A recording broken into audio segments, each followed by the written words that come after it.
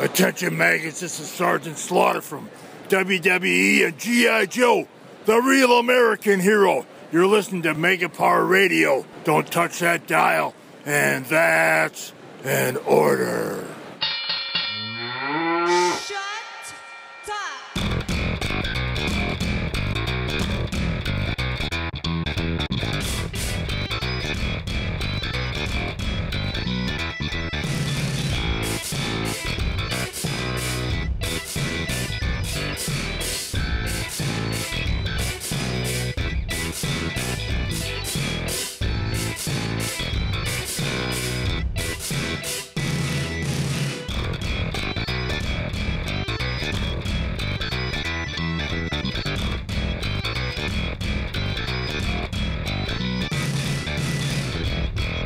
What's shaking, Mega Maniacs? It's Monday, March 30th, the night after WrestleMania, one of the biggest nights of the year, the biggest Raw of the year, I would say, and therefore it makes this the biggest Raw post-show of the year. Welcome to MegaPowersRadio.com and welcome to our Raw post-show, the most interactive post-Raw experience available, where we invite all of you listening out there to join our conversation here as we recap all the events that went down on Raw tonight. And holy crap, lots of stuff went down. Of course, we're going to have a lot of talk going down with WrestleMania last night. Tonight, we saw a few returns. We saw a couple debuts. We saw someone get taken away from the roster. We saw some title defenses. It was a packed show tonight. Awesome crowd, pretty good show overall, a couple low points. I think we're going to have a lot to talk about and lots of people already packed in the chat room. If you want to get involved in the chat room, if you want to get involved in the show, the chat room is the number one way to get yourself there because it's already opened up. Shout outs to the people who got here early. 5 times combo, by God, Ferris 419, Chaotic, Silence Goon, Straight Edge Dustin, The Silent Wind of Doom, and Wazili. Packed house at the start, guys. Really good, awesome of you all to show up here early. We're going to be opening up the phone lines around 11:30 if you want to get yourself in line to get your voice heard live on the show. The number to dial is area code 760-512-7247. Already a couple people waiting patiently, and I'm sure we're going to have lots of callers going in. So if you want to get yourself heard, make sure you call soon and get yourself in line so you make sure you get yourself a spot reserved. And also, we'll have Twitter opened up as well. You could reach us on there at Raw Post Show. Lots of ways to get yourself involved. We don't just call ourselves the most interactive post-Raw experience available for nothing. Tons of ways to get yourself involved. In the meantime, we're going to get the show started with us panelists here. Voice you've been hearing so far is mine. My name is Mike Paden, station director here at Mega Powers Radio. Happy to be leading the show with y'all tonight. Very excited as a wrestling fan after these past couple nights. Joining me this evening, a few other of my favorite wrestling fans to chat on the radio with. First off, the leader of the Drew crew, Mr. Drew White. What's shaking, Drew? We are definitely the most attractive post-Raw show on the internet. Okay, sure. You said it. You said we're the most attractive, so I was just repeating what you were saying. I said most interactive. Oh, my bad. Dumbass.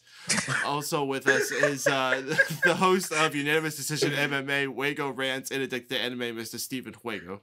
Oh shit, at least I don't have to worry about following Drew strong. Thanks for having me. It's an awesome show. Looking forward to it.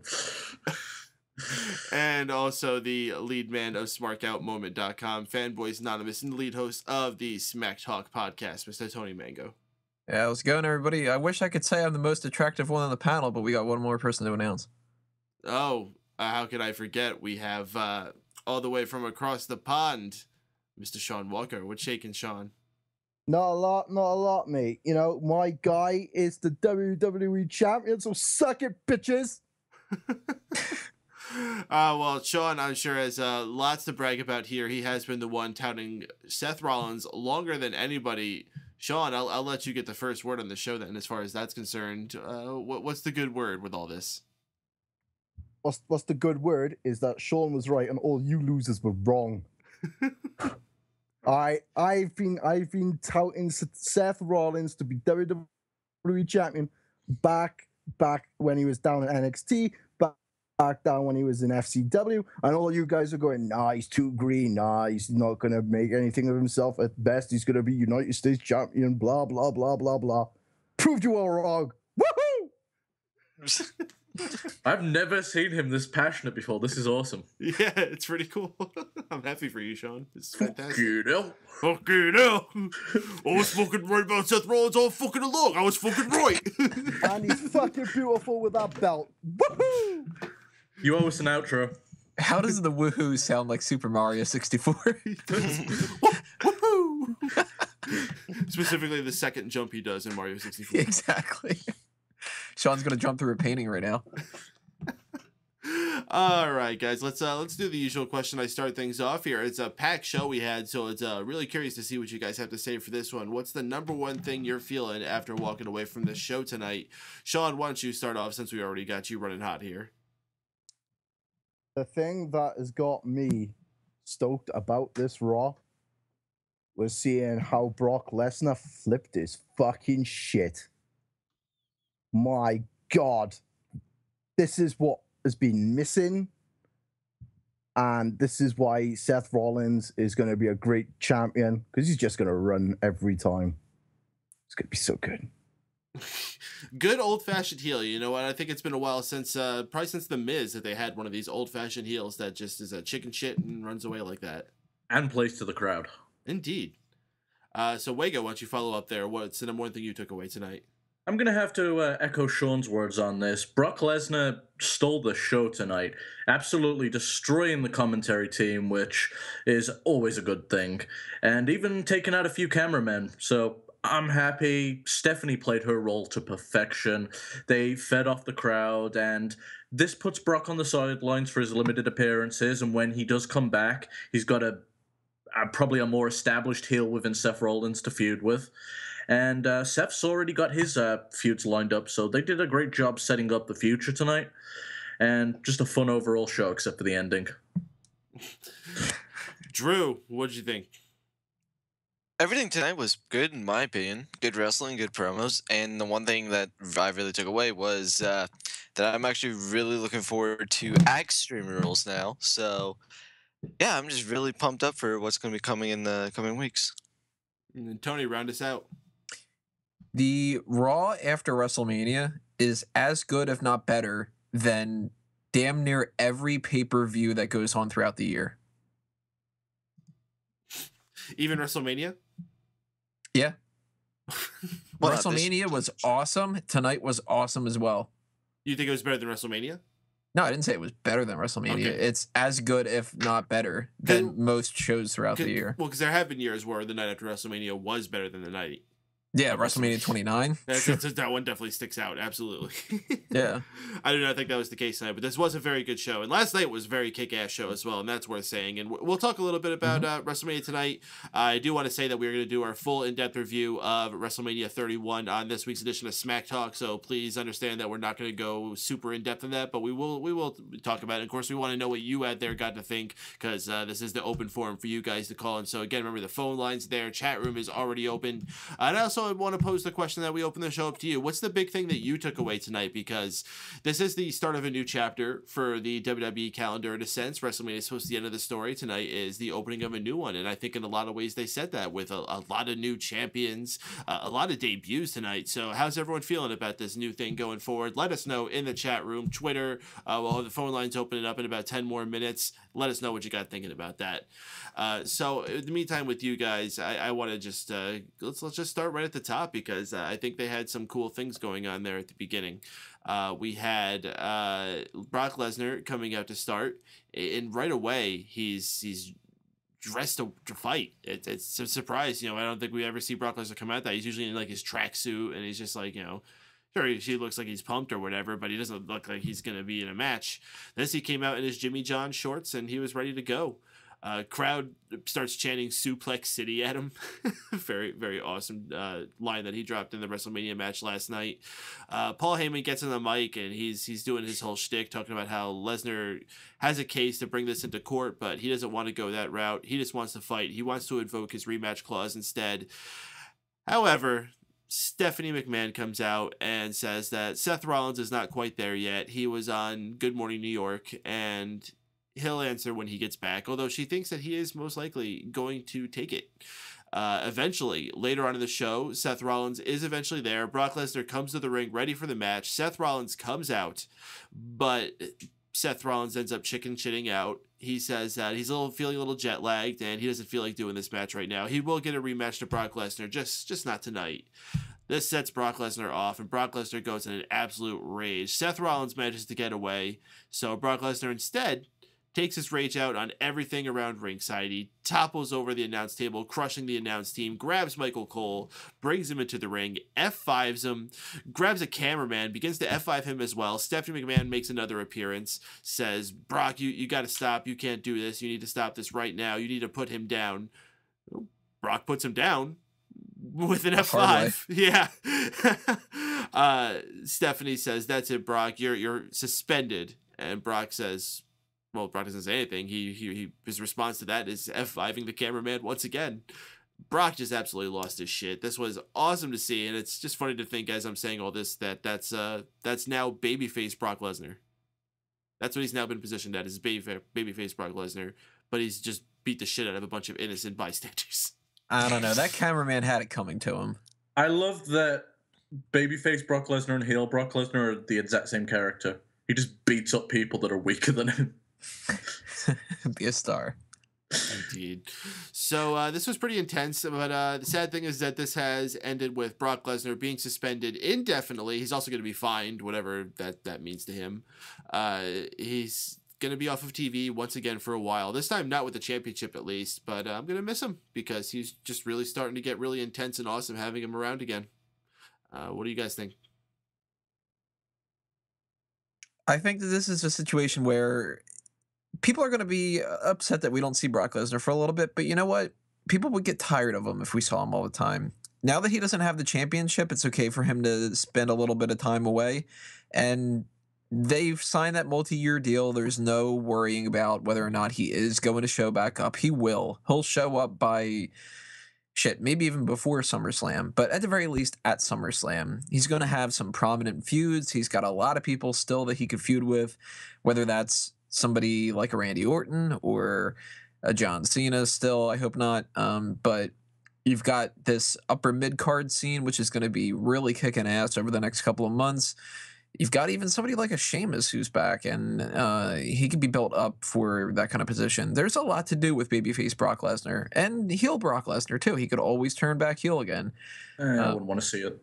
A little bit of time away is going to do him a lot of good because when he does come back, the fans are just going to be that much more invested in his character.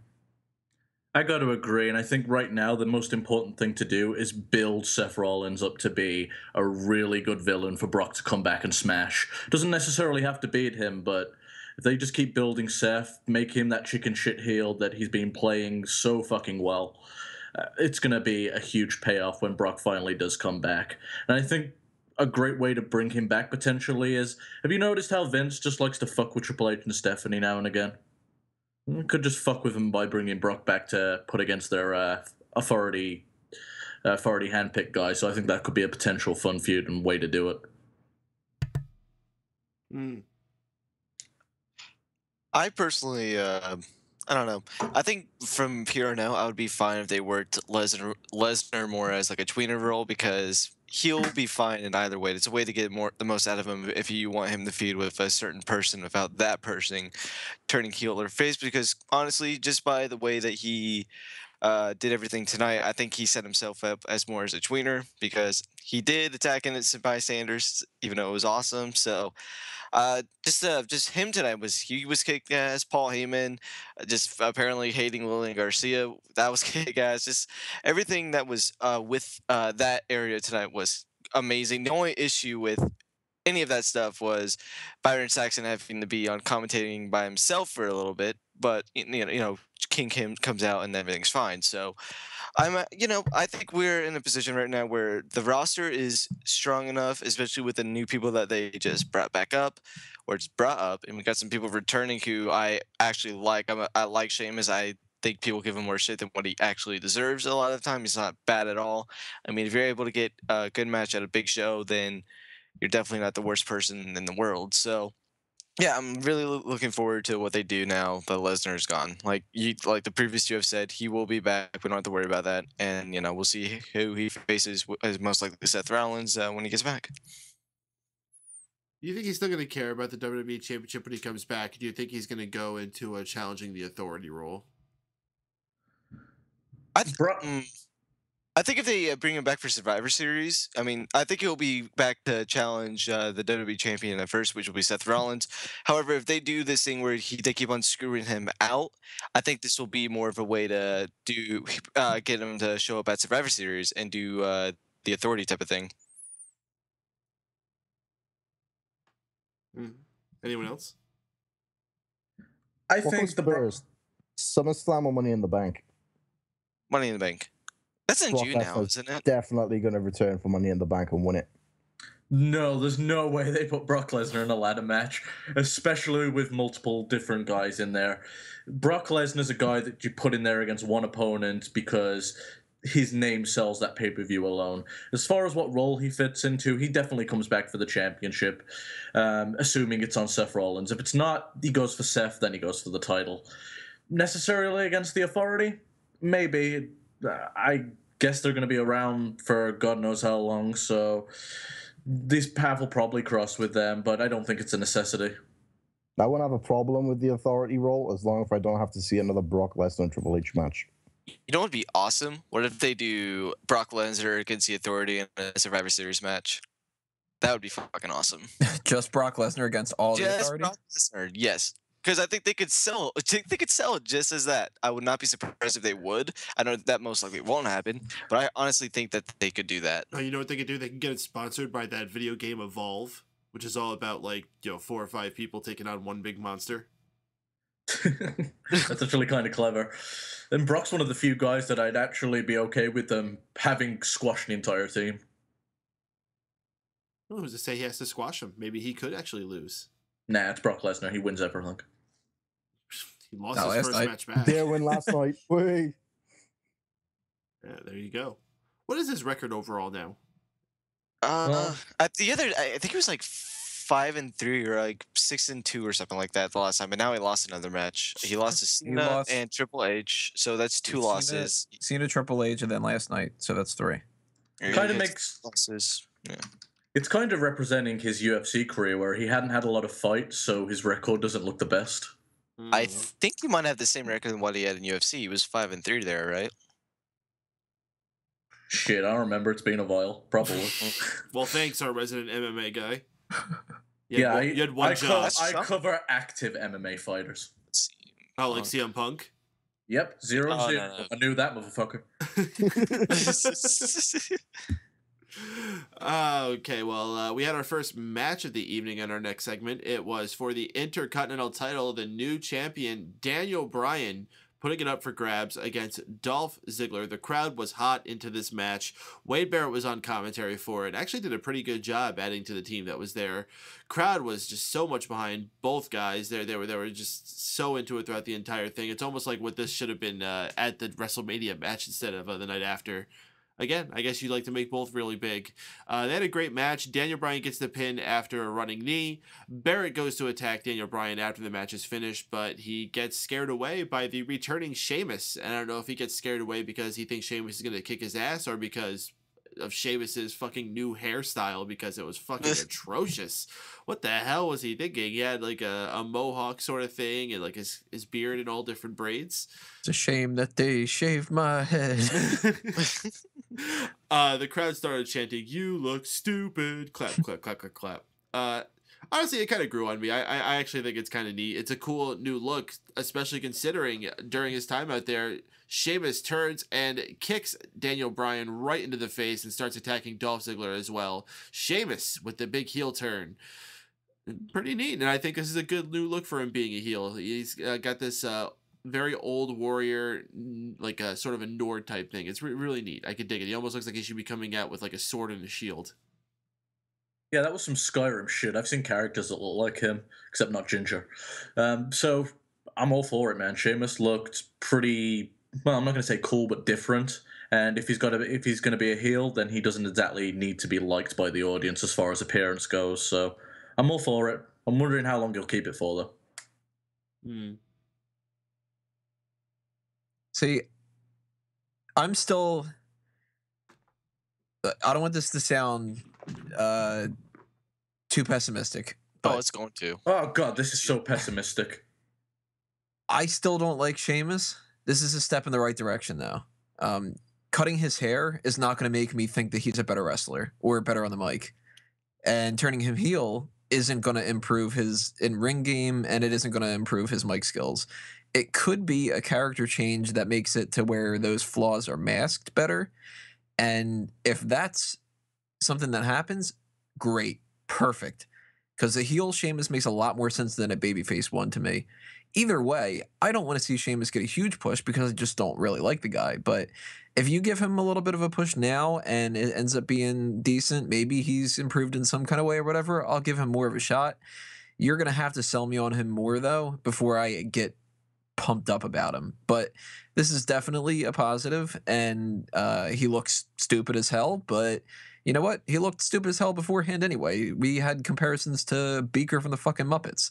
So if you look stupid one way, you look stupid in another way, at least go for the way that makes you look like more of a badass.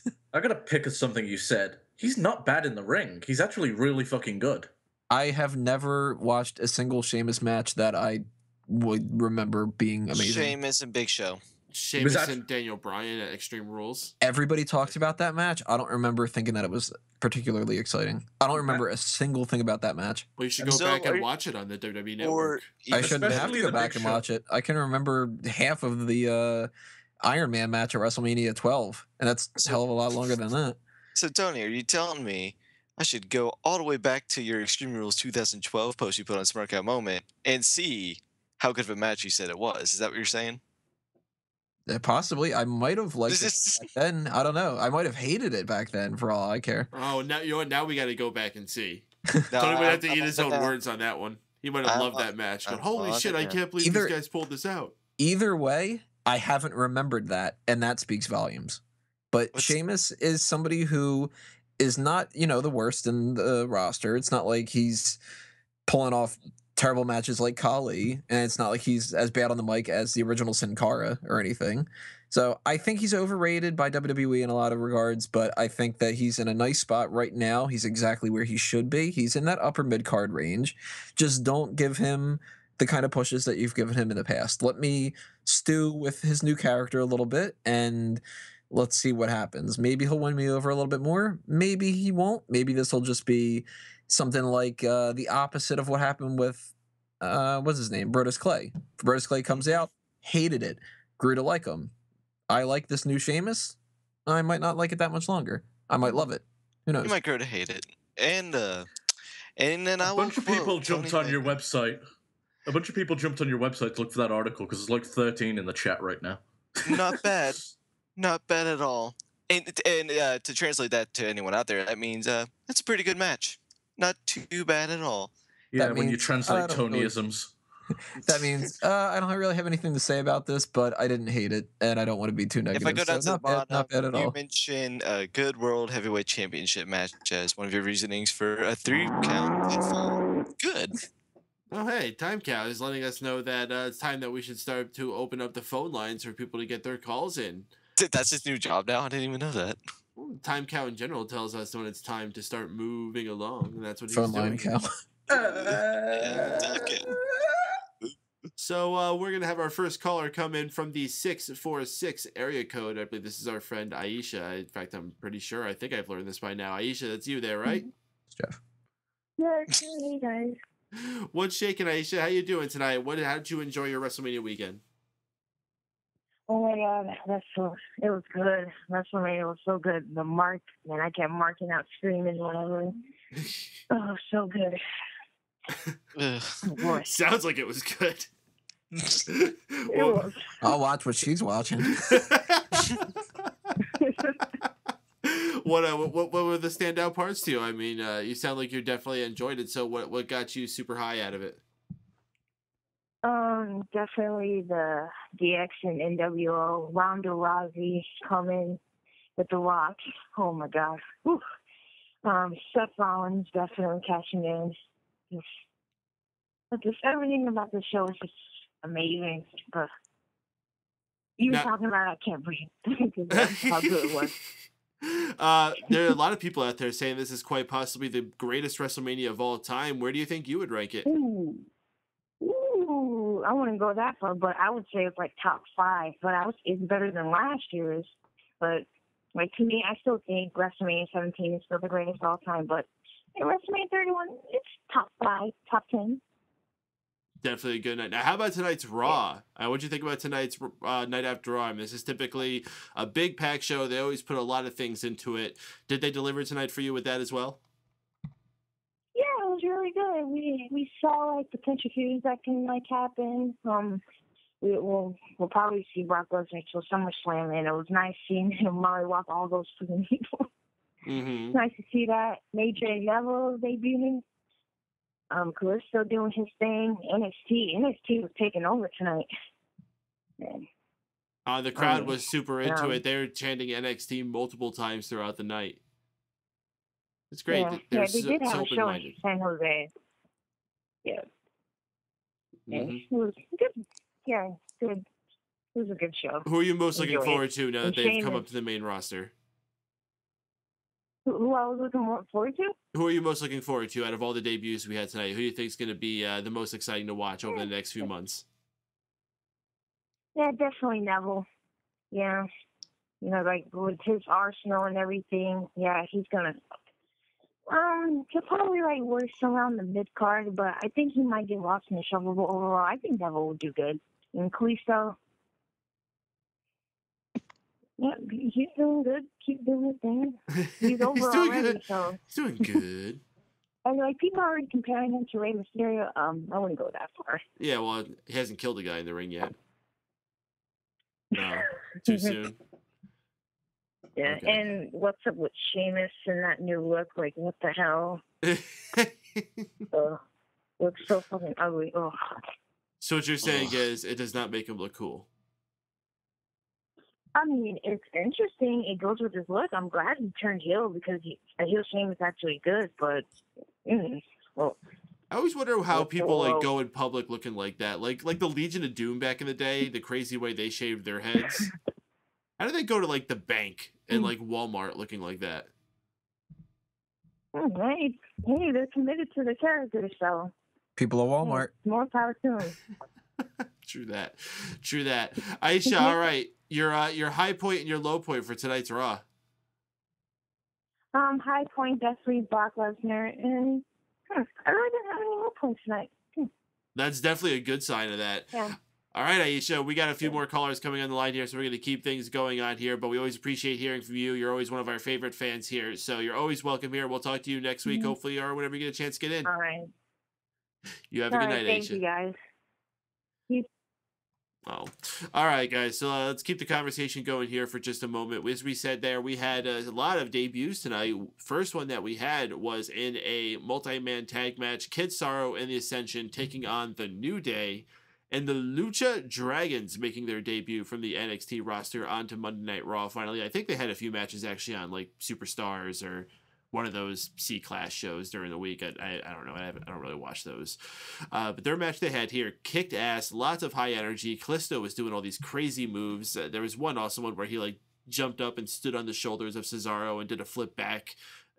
Crazy things they were doing on here.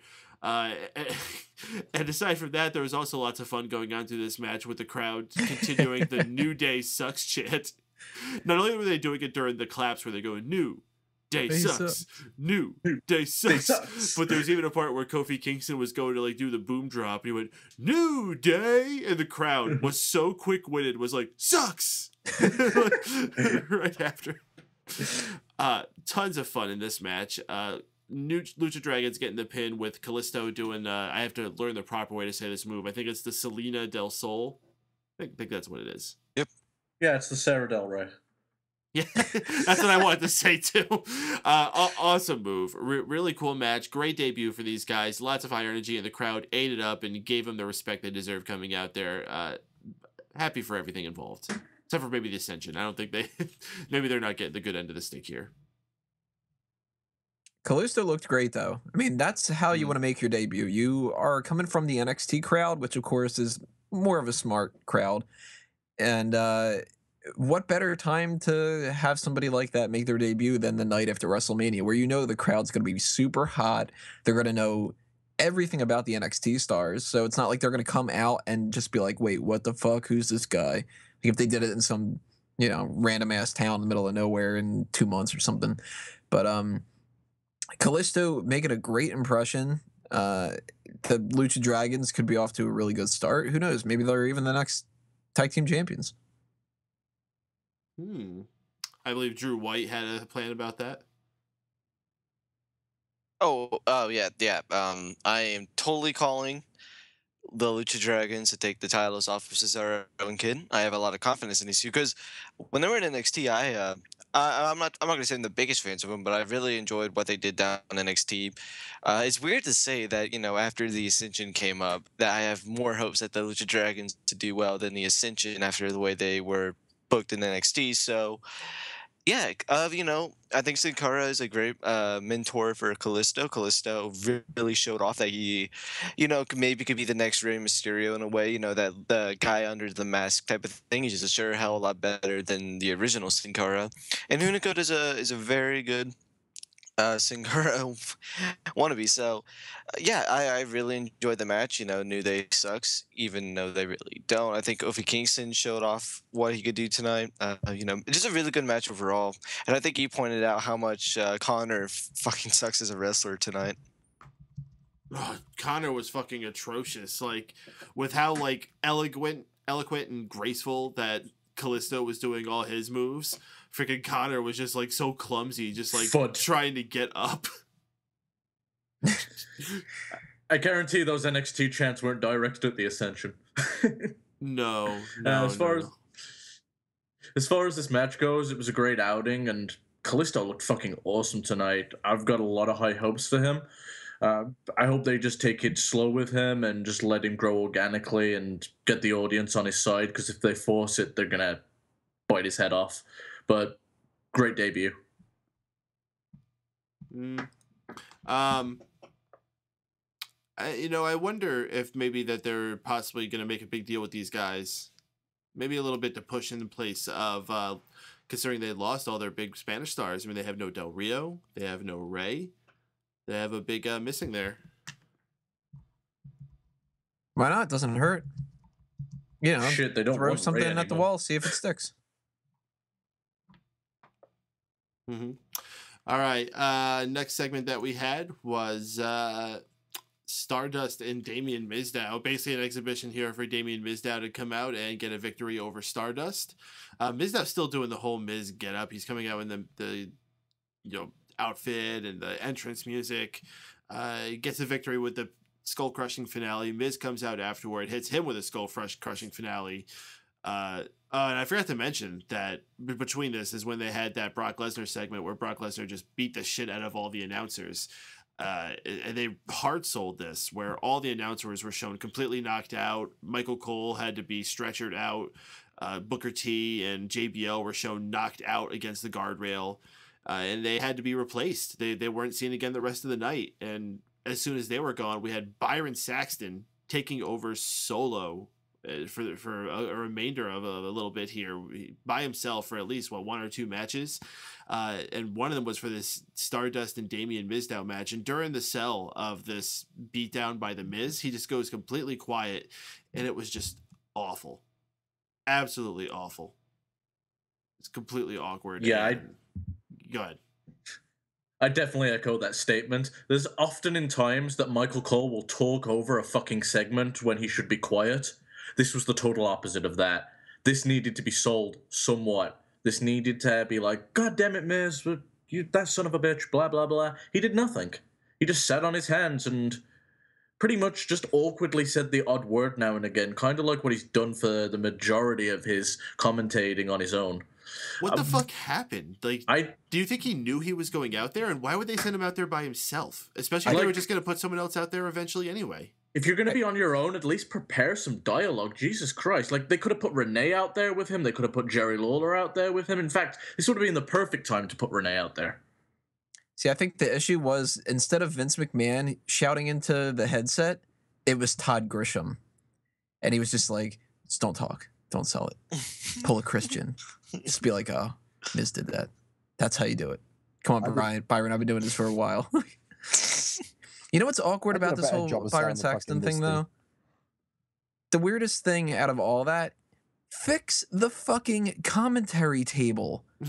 Holy shit, did both of them have to stand for 2 hours just because somebody couldn't, tilt the fucking table? Byron Saxton used to be a fucking wrestler. I think he could have done it on his own. Lawler too. Or, if those tables are like 1,000 fucking pounds or whatever, give the guys a couple of fucking chairs to sit down on. Don't say they're 1,000 pounds. If they're 1,000 pounds, they fucking fold pretty damn easy. I've got a theory on this. Byron Saxton looks like one of those creator wrestlers who are like the default ones. And I don't think anyone had put any attribute points into him, so he couldn't lift the table up. Oh, makes perfect sense. Mm-hmm. That's one of the most awkward things that they do, though. Like, at least when they crash through the Spanish announcers table, it's like, okay, well, they got to do that because they're not the primary announce team. But when they ruin the announce team and they toss the monitors away and all that other kind of stuff, they always act like, well, that's it until next week, everybody. We're screwed. And it's like, well, you've got these people that can change the ring apron in like 3 seconds flat. And if something happens with like, the goddamn Titantron, people are on it.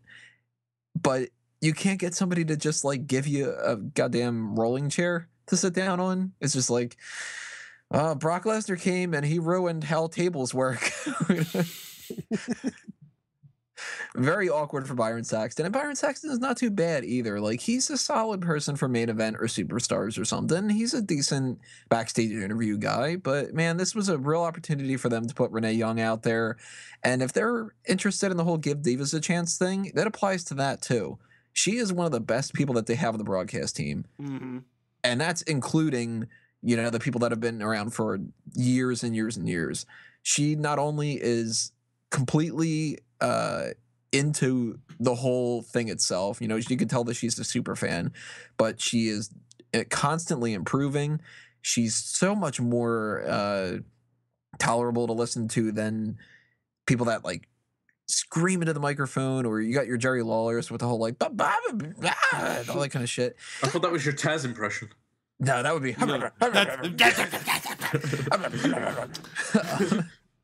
But you've gotten all these. You had fucking Taz. You gave him a chance. Give Renee Young a chance. She doesn't need to be the person doing the backstage interviews when you've got Tom Phillips, and Scott Stanford, and Rich Brannon, and all these other guys. Eden is good at that. More than enough people that can fill in that spot. It's a shame that they went with Byron Saxton and who was that tool just that Byron Saxton. Who's that tool that was doing that Twitter segment with Lita on the pre-show? Tom Phillips. Oh, he sucks. He is generic beanpole white guy. He is he's like a modern version of Todd Pettengill. That's exactly what I said yesterday. Awful. This dude is Todd Pettengill. He is fucking terrible. He's just kind of like, hi, everybody. I'm Tom Phillips. I like bread sandwiches. I think just the weirdest part about this was how underprepared Saxton just felt out there. It was awkward. It's almost like you went, let's give that Justin Roberts kid a shot. You fired him, sir. Well, get Josh Matthews out here. He was decent.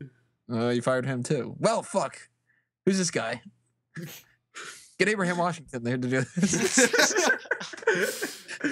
Oh man, and do you think like they maybe intended for him to be out there by himself the entire night, but they just saw that he was slacking and they're like, all right, get King out there and save this guy's ass? To be fair, King was talking a lot more than he usually does, which made him more tolerable, surprisingly enough. And I think he had to be a crutch for Saxton to lean on. He was just failing out there. Well, I think he knew his role tonight because usually when he was on that Raw announce team back when they did the 3 with him, he only talked when he was doing one of his dumb one-liners that always fell flat, or when he was like interrupting someone to say, "Oh, look at this replay! Oh my god!" So I could tolerate Lawler tonight. I don't know. Paden, you watch SmackDown every week, right? Is he this tolerable on SmackDown too? Or is it? I don't watch SmackDown every week. Oh fuck! I thought you watched SmackDown. No, he just reads the reviews for the fantasy league. He ain't watching that shit. I watch it once in a while, but I don't watch it every week. Oh, okay. I don't have the time for that. Oh, well, he wasn't that bad out there tonight. I think this is kind of because Jerry Lawler is still one of the greatest color commentators of all time. Oh, of course. Yeah. He's just kind of lost it in his older age. He's a lot like a Vince McMahon. He should be phased out for sure. And when he has to deliver, I think he knew that he had to be on the ball tonight. He didn't try to do the stupid jokes all the time. He didn't try to be the materialize women like all the terrible things he says. Like he just was calling the moves, and he was doing a really good job what he had to do tonight. A lot of what he said was also recapping what has previously happened in like feuds and stuff like that. So I really think that helped as well, that he really didn't have to like talk about what's going on entirely all the time. Saxon was fucking quiet as hell. At the beginning, I don't know if it was his microphone or what, but damn, he was quiet the entire time. I think he was nervous. Yeah, it's so fucking weird. It's almost like it was Troll by Fire that was like, all right, you're going out there on your own, kid. Good luck. So, all right, guys, I think we talked enough about this. But any thoughts about the Miz beatdown on Mizdow? I mean, this is like a long time coming. I wish they would just fucking move to the payoff of this damn feud already, actually. Should have been paid off at WrestleMania, but I'll take this over nothing. We're still talking about Mizdow. I think that it should have been done at Mania. They should have had their actual match, but Mizdow looks strong in that Battle Royal, and I'm looking. This is one of the matches I'm looking forward to going into Extreme Rules. Also, the Miz is, even though he's not the freaking best guy ever when it comes to playing his character, he's getting keep from the crowd. I know after the Mizdow feud, he's going to be nothing. So yeah. Well, Time Cow is letting me know that I actually have an announcement. It appears that we have a mystery vehicle pulling up outside Mega Powers Radio Studios. Oh, shit. I don't know what's going on out there, but we're going to keep you guys updated. I don't know what's going on in our parking lot, but somebody's here, somebody important. Somebody from NXT, maybe. Could be anybody. So you definitely want to stay tuned to the end of the show, folks. You never know who's going to be showing up here on MegaPowersRadio.com's Raw Post Show, the most interactive post-Raw experience available. We want to hear what all y'all out there got to say. We still got the chat room open. Lots of cool people hanging out in there. Let's give a shout out to the people who are here around the halfway point. By God, Creep is on the radar. Ferris419, Chaotic, Silence Goon, Straight Edge Dustin, Silent Wind of Doom, and Wazili. Thank y'all for hanging out there. Of course, if you're listening to us live and you're not hanging out in the chat room, why the heck aren't you? It's a fun little place to hang out and get two conversations going on at once. Register with blogtalkradio.com. Head to the chat room there on the Mega Powers Radio page, and you can hang out with all those folks there. So the next thing that we have, let's take on a caller, and I think the best person to bring on is Silent Wind of Doom. It's a doom of silence. Hey guys, how you Where's guys your goon at? There's someone in the chat that appears some manner of goon of mine. I don't know how to take this, but sweet. You gonna talk to JD tonight? That's mostly why I'm here. To be honest, I really don't have much to talk about Raw. Am I allowed to talk about WrestleMania, or is that not allowed on the post-Raw show? No, you think this is a wrestling podcast? The fuck, dude? Yeah, I was going to say. I thought we were going to call hookers and ask for meatball parm. Actually, just ask if you could talk about WrestleMania. Where the fuck do you think you're calling? I don't know. I'll figure it out. You guys watch Aqua Teen Hunger Force back in the day? You just asked if you could talk about WrestleMania, and now you want to talk about Aqua Teen Hunger Force? Well, I mentioned meatball sandwiches, I guess. That show looked fucking retarded, so no. Yeah, I only watched like 20 episodes. Oh, okay. Oh, yeah. I finally figured out what Triple H looked like in his Terminator King regalia. He looked like the cybernetic ghost of Christmas from the future, which is something from that. If no one knows what that is, never mind. You said it anyway. You'll have to link us in the chat room a picture of this so you can give us reference, because I'm sure it's funny, but I just don't get it. Yeah.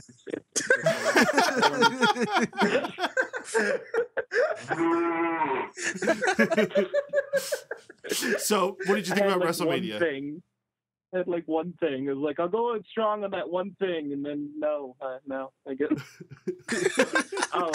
It was good. It was great. The ending was awesome. I don't like that Cena got a clean pin on Rusev, and I don't know if anyone else saw, but I went back to look at something from the replay, and I saw that they had an ad on the network for Extreme Rules. And the picture that they used was a picture of John Cena with American flag face paint. So I wonder if there's going to be a rematch at Extreme Rules. You think there's going to be a flag match? Maybe this time there'll actually like be a match where you have to grab a flag rather than just a match where like you get to hold your flag at the end of the match if you win. A full match, sure. Good old fashioned flag draft. Flag on a Yeah, Tony, you're on fire. Oh, somebody just dropped a mixtape on me? Fuck. So what to do? What was your match of the night last night? It was pretty good. The ending, I gotta go with the ending because the ending was great. I was sitting there watching it with my friends throughout the whole beatdown. We were just like, this is amazing, and just waiting to see if the comeback would come. And then the ending happened, and it was crazy, and we were all yelling, and it was amazing. Yeah, it was. I enjoyed Triple H. I'm sad we didn't get the lightsaber spot with Triple H and Sting. I was really hoping that they were going to do that with the sledgehammer and the bat. But I loved everyone appearing. I loved how gimmicky it was. That's what I wanted to see out of Bray Wyatt and Undertaker, was because that wasn't too much of a real match. It was just crazy stuff was happening and all these old people, and it was wonderful.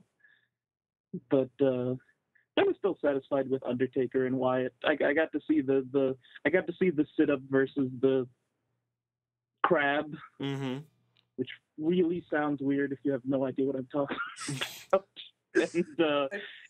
And not just that, but the fact that when Undertaker stood up, like Bray Wyatt just looked like he cracked himself and like fell down from doing the crab and stuff like that. I thought it was a good night. Yeah, absolutely. I think we're finding out that Solomon of Doom is Mr. Robot. Yeah, I was gonna say, I think he might have hooked up with Triple H and got himself as a Terminator spot here or something. Do the robot. Am I derping on my Skype over here? You're derping a little bit there. Well, you're always derping, but yeah. I really heard you bad. guys derping really bad, so I had to come in on here instead. But also, I'm sure there's going to be all kinds of craziness going on later. I got to be around for that. Come on. That was Drew, actually. Drew's always derping. It's easy to get confused whenever he talks, but yeah, it's usually just Drew talking. That's how he talks. Silent was Doom. So what about tonight, man? It's the big Raw after Mania. What got you from tonight? Adrian, I forget Neville's first name, but Neville was here. Well, you see, it's already happening. He already forgets that Adrian Neville had a first name. Damn it, WWE. I wrote him down as Aaron. Aaron Neville? Aaron Neville. Aaron Neville. That Adrian. That's a girl's name.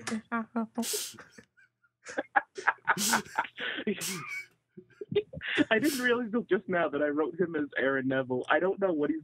Oh my god! Is he gonna be a face? Is he gonna be a heel? You know what he is? Like, it's a fucking human being. But he came up and beat up Curtis Axel. But everyone does that. So I don't know what he's going to be. Because I was thinking, like, is it good to have a board? Because there seems to be a log jam of talented faces in the mid-card, but not as many heels. So if he's a heel, it'll be good to have him along. No, they did just turn Sheamus. Also, Did I stun you with that? Yeah. I was like, what? He turned? I thought he was just kicking people for fun. Sorry, I was too loud. Anyway. Full silent with the Doom.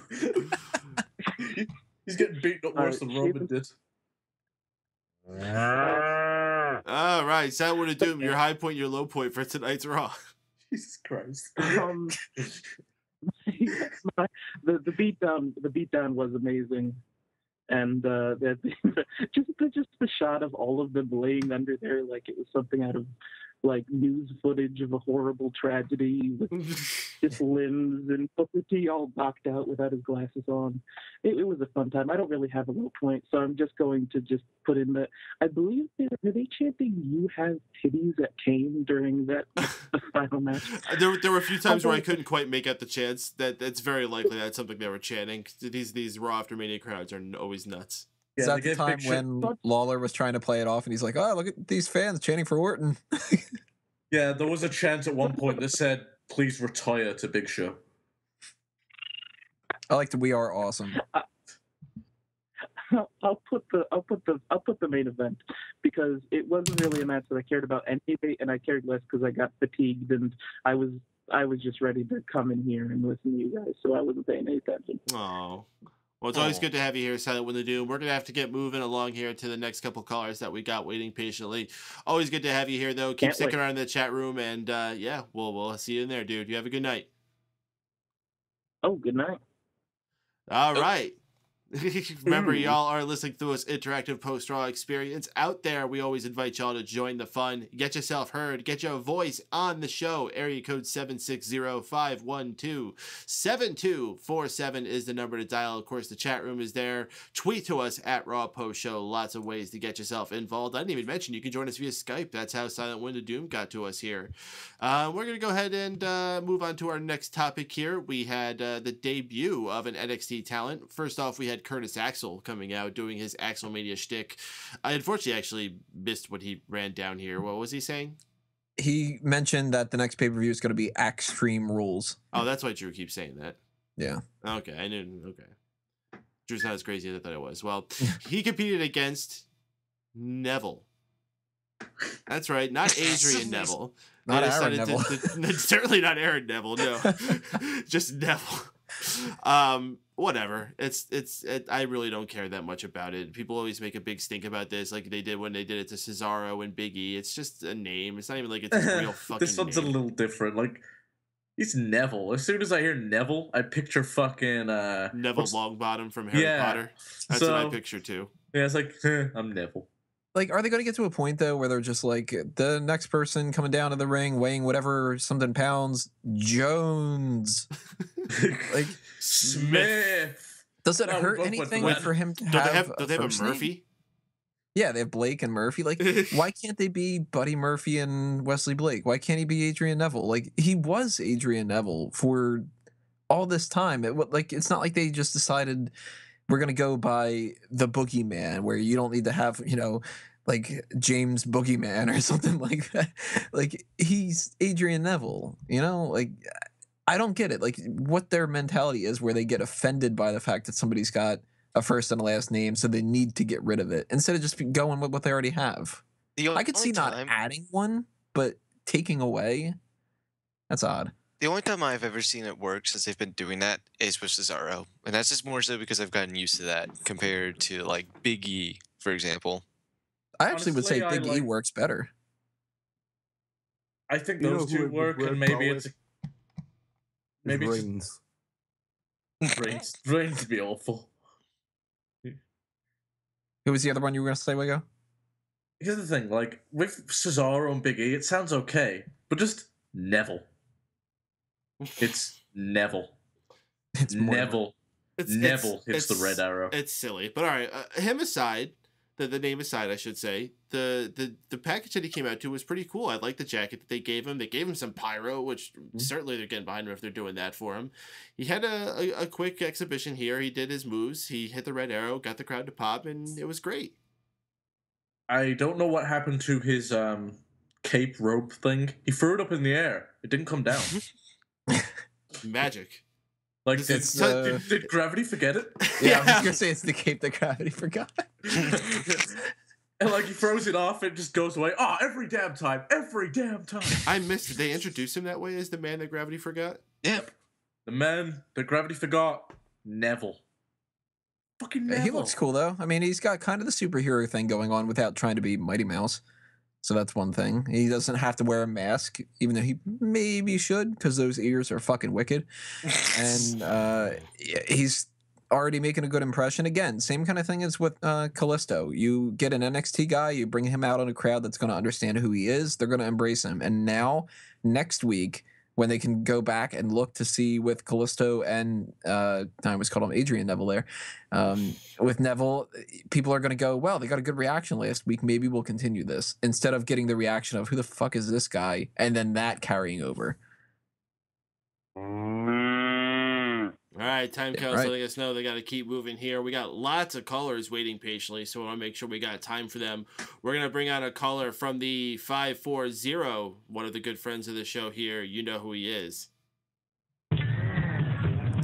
Snarf.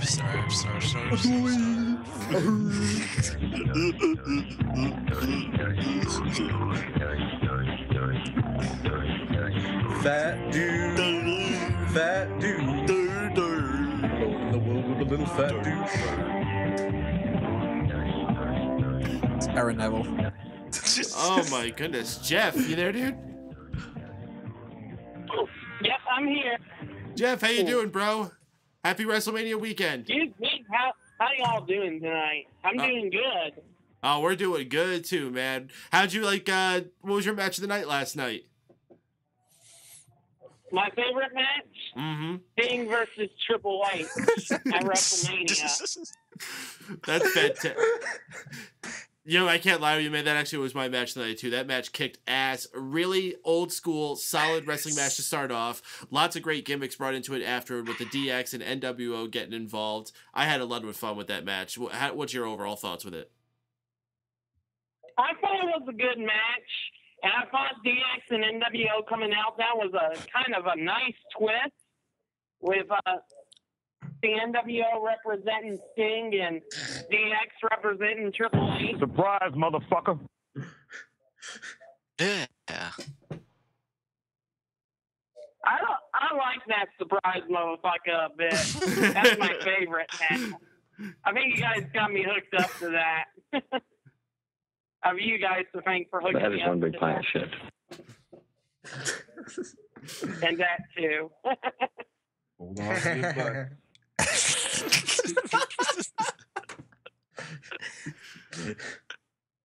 Yeah, but Sting and Triple H was pretty good. Oh, yeah. But I like the show of respect after the match, too, with Triple H and Sting.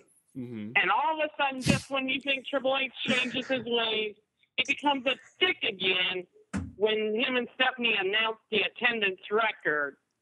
Yeah. It was a big attendance record. It set a record for Levi Stadium, which WWE pretty much sets a record anywhere they go because of their seating configuration. So it's very much in their favor when they go to these places that they have limited space that they need to fill for what they have there. They have this tiny little ring, which whenever they show those helicopter shots and you see the size of that ring in there, and I can tell you when I went to WrestleMania 29 and I had the nosebleed seats up on the upper level there, that ring just looks absolutely microscopic, let alone the people wrestling in it. That stadium was very awesome. I mean, I could have been there down in New Jersey overlooking that stadium. I mean, man, that Statue of Liberty too, and the set was Manhattan fantastic. Bridge, and all that, the Brooklyn Bridge. Man, those cities, they were awesome. Rainbow Bridge. Hold on to your butt. Suplex. So, Jeff, what did you think about the rest of the card at WrestleMania? It was a great show overall, yeah? Yeah, it was a great show. Kind of enjoyed Seth Rollins being the WWE champion. Now, guys, I told you it would all. I told you last week. Uh-oh. Didn't I tell y'all last week? Yeah, you told us. Was gonna cash in. See, I told you all. Yeah, guys. See? He was right. Don't worry, I'm always right. I'm always right. They say. They do. Wait, Who you says guys said that? you're right and I don't? Wow. No. Fuck But yourself. I will say tonight, Raw was pretty damn good. Oh, that was an excellent Raw as well. Damn good. Stars, Neville, Kalista, and Sting Kara. I think they all did pretty good in their debut matches tonight. Mm-hmm. What's your favorite one? Who do you think you're going to look the most forward to for these next few months? I think Neville. He's got to be a top candidate. Who's Novell? And I can see him go for the Intercontinental title or the United States title. Aaron Novell. Hold on to your butt. All right, Jeff, we got a lot of colors here, so we got to keep going to them here, but what's your high point, low point for tonight's show? The high point has to be every bit of match on the card. Bryan, Ziggler, Cena, Ambrose, and the six-man tag team match. And don't forget Brock Lesnar being all mad, but you know what? That's not right. To take out Michael Cole. Yeah, that fucking right. You can't fucking do that to innocent fucking people, you mug. Got to be, nerd. Yep. Low point. Yes. Let's see. The low point. Mhm. I guess the Divas. Oh, the poor girls. Oh, no. Now you promised me that I would get to the imposter JD versus the real JD. Indeed. Do I get to see it? Indeed, Jeff, I want you. I'm going to put you on hold, but I'm going to keep you on the line, Okay. and we'll be ready to bring you on when we need you, okay? Okay. All right, so you stay on the line, and we're going to keep the show moving along here. Near well-trained All right. starve. All right, so we got Jeff on the line. We got a couple more people on there. Big things coming up. You want to stay tuned to the Raw Post Show here. Before we do, I want to return to the Raw review for another quick segment to talk about here. John Cena laying down an open challenge for his United States title. Anyone who wanted to answer would be able to come in and challenge him for it. Of course, we all thought it would be Rusev, but it wasn't. It ended up being Dean Ambrose, the Lunatic Fringe, coming out for a hard-fought back-and-forth matchup between the two. We saw Dean Ambrose put on the AA on Cena at one point. It was a pretty good match. In the end, though, it's Cena winning with the attitude adjustment. They each give each other a show of respect after the match, giving each other a little clap of the hands. Unfortunately, Dean Ambrose, he gave it his all, but was not able to dethrone John Cena on this day. So what do you guys think? Is this helping elevate the U.S. title? What do you think of this match? What's the situation with all this? I think it elevated Dean Ambrose. This is the strongest he's looked. When he wrestled Bray Wyatt, he often came out looking really weak, and if he didn't look weak, he looked retarded. Oh no, I'll just yank this TV really hard. Whoa. That burned. Oh, crap, I lost. So, he's not had, too much time to shine in the Intercontinental division, so he went out there with John Cena, who's been the face of the company for a decade, and he looked awesome, and he looked like he could go toe-to-toe with him. The match was great, and if this is what the U.S. title is going to represent now, I'm all for it. Not only did he look like he could go toe-to-toe, he looked like he could beat John Cena. That was a really tense moment when he hit the dirty deeds. Mm-hmm. You could tell the audience was just like, oh, shit, new fucking champ. I thought maybe too. And, even though Cena won, Cena doesn't have to lose all the time.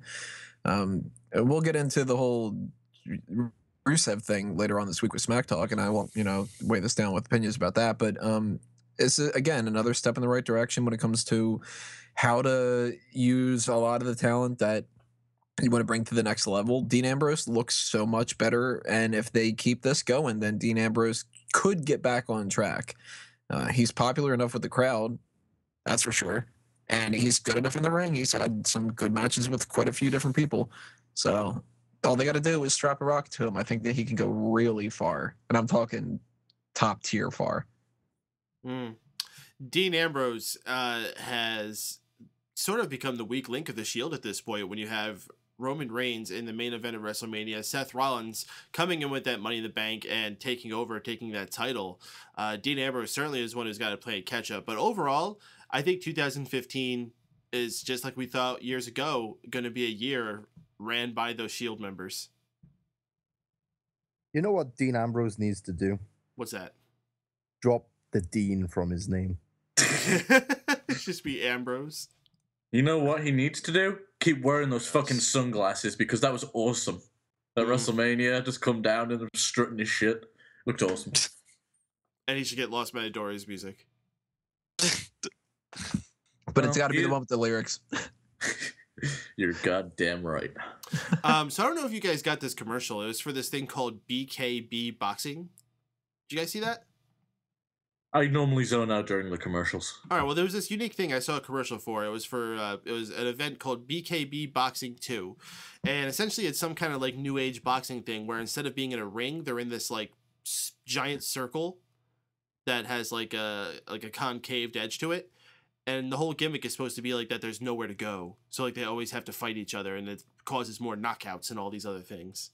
You said BK, and I thought this was a Burger King commercial. No, there's no chicken fries here. I know the advert you're on about, yeah. Yeah, it seemed kind of intriguing.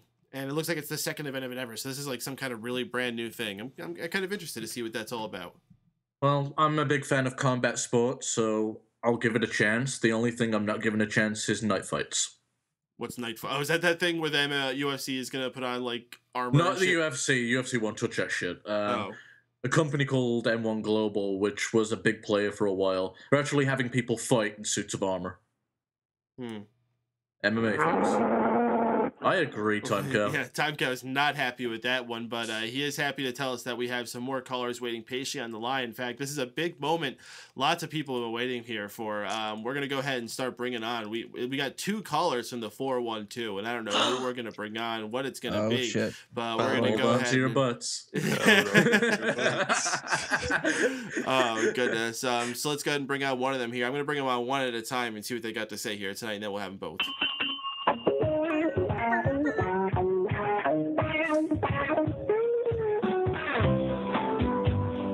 This is the JD show. JD versus JD. Oh yeah. Shut up, Lindsay!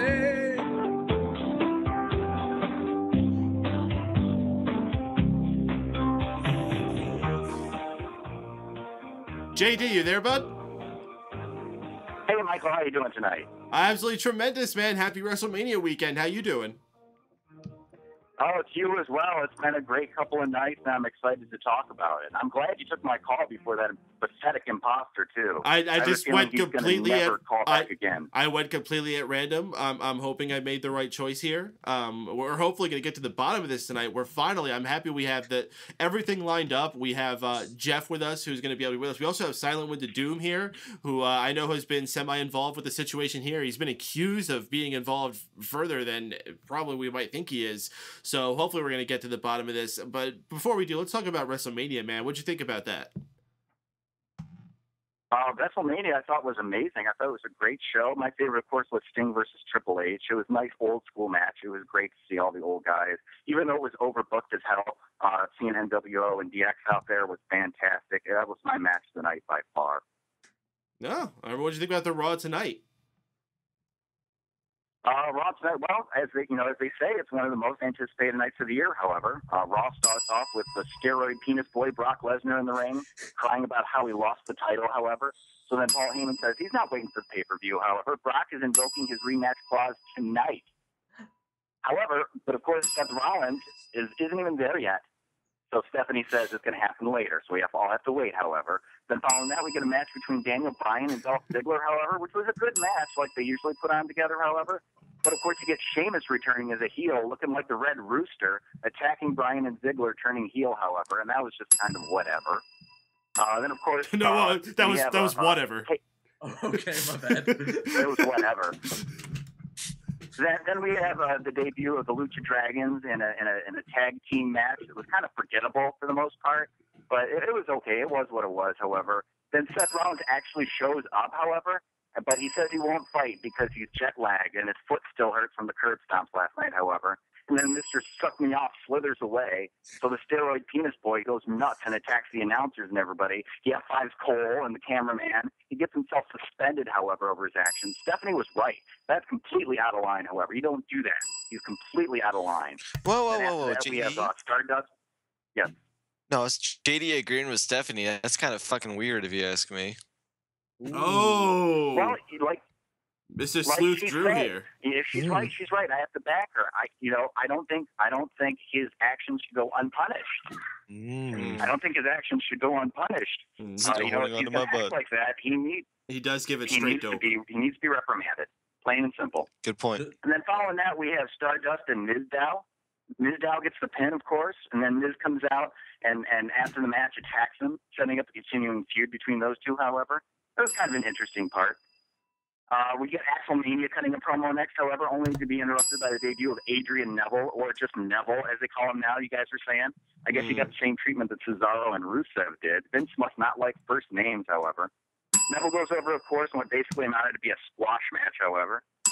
Then Cena offers an open challenge for the U.S. Championship. I thought it was going to be Rusev coming back to get a rematch, but it was Dean Ambrose this time, however. What does he want? He wants to get that belt back so he can not defend it again. Cena picks up the pin. It was a very entertaining match, however, overall. And I'd probably get 4 out of 5 stars on that one. Good match. The women were up next. They had a 6-diva tag match that was pointless and forgettable. Hashtag give divas a chance to waste my time. Enough of that. The main event was a 6-man tag with the Big Flo, the Big Red Retard Kane, and the new champion Seth Suck Me Off Rollins versus Orton, Ryback, and Roman Reigns. At one point, the crowd chanted, "Same old shit." I can't say I disagree. The crowd got so bored they started to wave, and I felt like waving goodbye to this whole damn match. Lots of technical difficulties tonight, but I'm guessing you're still going to be pretty good ratings. Overall, very entertaining show. I'd give it 3 out of 5, 2.5, 3 out of 5. Oh, wow. Okay, interesting numbers there. I know you're a guy who likes his numbers.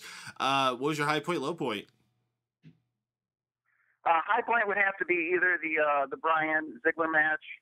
I really like that one a lot. The debut of Aaron Neville, or Adrian Neville, was really good, as Jeff called him. There were some good points in the whole show. But overall, I was kind of disappointed. The Cena Dean Ambrose match was pretty excellent. But other than that, it was just kind of a lackluster show. Time Cow is keeping us on a strict schedule tonight. We only got a little bit of time here on the air, so we got to keep things going here. We need you to stay on the air because, we got the big showdown tonight, but we want to make sure we give each of you a little bit of time here to talk. So we're going to go ahead and get this other number from 412. You don't go nowhere, though, because we're going to get you both on the air at the same time here very soon. All right, real or fake Jeff, whoever you are. Shit is going down. Let's go with Jeff. Oh, real or fake Jeff? Oh god, who's the fake Jeff? Oh shit! If fake JD is Jeff, he's not Jeff. Then this is really getting confusing. Oh my god! Now my head really hurts. All right, let's get the other 412 on here.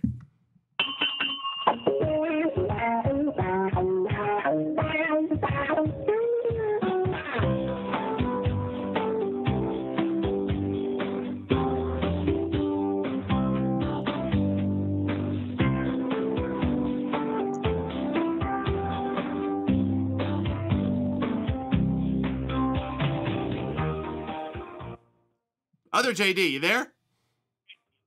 Yeah, Mike, get the fake JD off the air. The guy's a piece of shit. Oh, Get him off the air. no. Oh! You're calling him out right away. Shit, damn! Oh, no.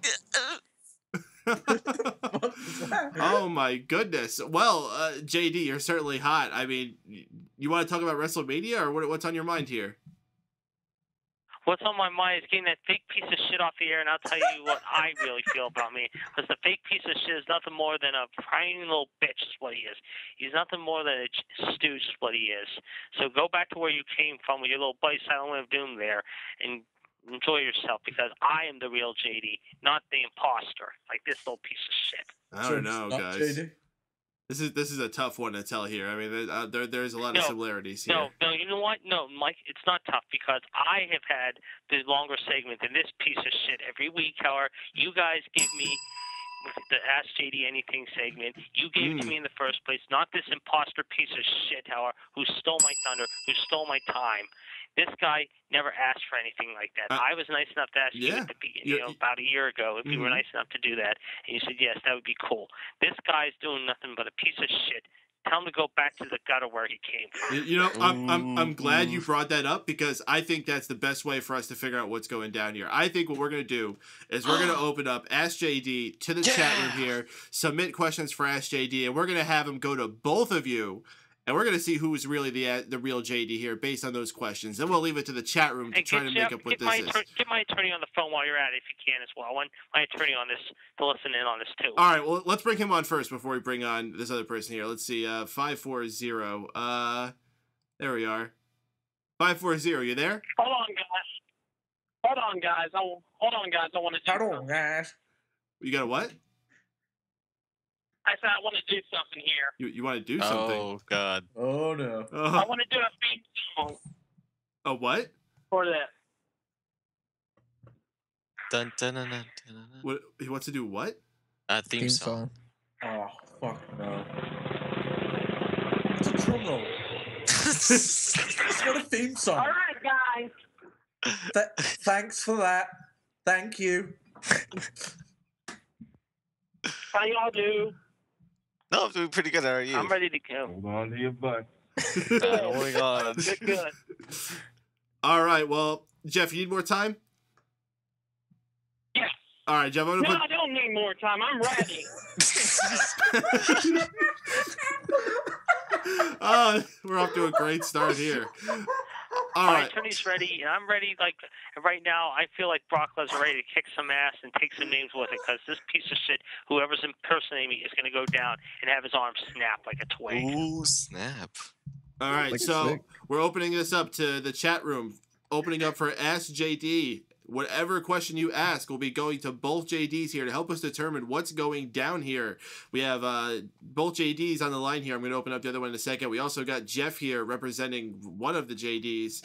We're going to get this figure. Let's bring on the other 412 caller here. Other JD, you there?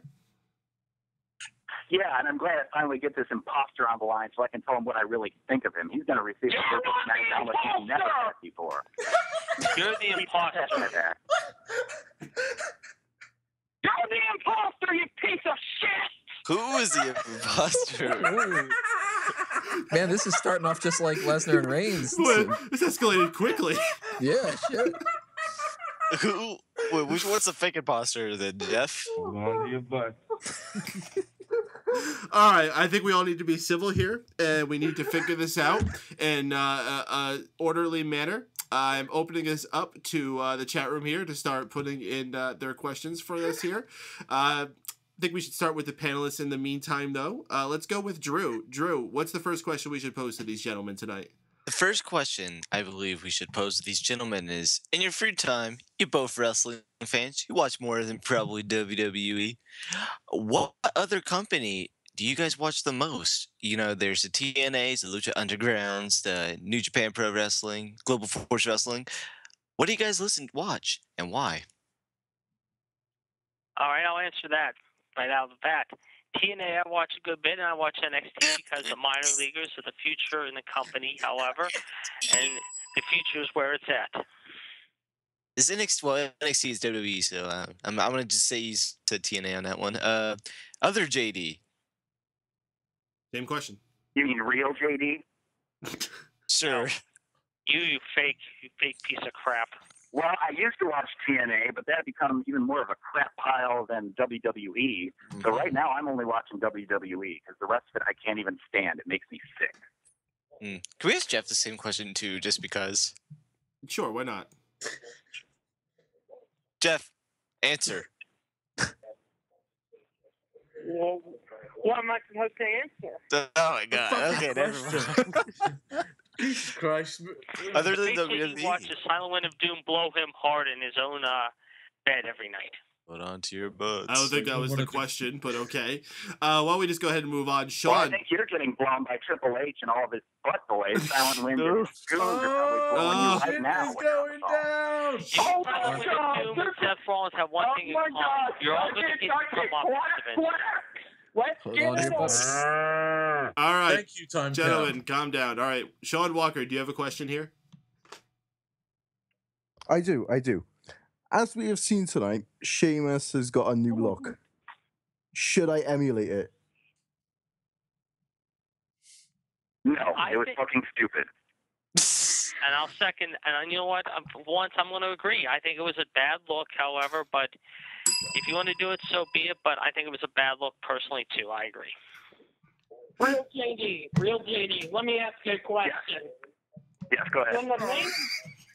With the main event, did you see the crowd wave too? I did see the crowd wave, and I felt like waving goodbye to the whole match. Jeff, to answer your question, yes, I did see it. However, I think it was pretty crazy.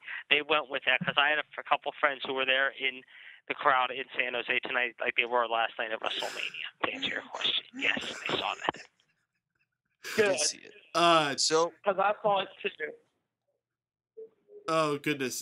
Tony. You know, I don't know what this imposter's fascination is with me. They say that imitation is the biggest form of flattery, but he's the biggest form of a jackass I've ever seen. Hey, let me ask you a question. Who told you you could be the imposter, JD? You are a real, and you are the imposter. Yeah. You're not the real JD. Speechless. You are the imposter. Yeah, JD. Jeff, don't you think it's... Hold on. Hey, Jeff. The real JD for 38 years. This imposter Silent Wind and his goons needs to find out what's going on because they are not the real JD. Can I ask another question to both of these? Jeff probably hates nothing more than when people are impersonating other people, so I can completely understand that. Drew, what were you gonna say? I have another question, and this is gonna be where you shut up. Anyways, you to the JDs. Where were you the night of May 5th, 2014 at 11:37 p.m.? I was on this show talking for the first time on Mega Powers Radio. That's where I was. do not believe it was your first time. I don't know. How do people know first time? That's weird. I was calling into you guys. I've been calling into you for over a year now. I think the second JD that talk is telling the truth. The first one, it's a little fucked up, if you ask me. You never forget your first time. Okay, all right. Wago, why don't you follow up? What's your question? Come on, Wago. You got to have a good one tonight. Okay, guys. I'm on the computer. I got some That's nice. Shut the fuck up. All right, Jeff. We'll give you time. You're gonna have your time to present your case. I promise you. Let's just get through these questions here, and I promise you'll have your time. So, Wago, on the computer. So Wago, go ahead. Who is your favorite Thundercat?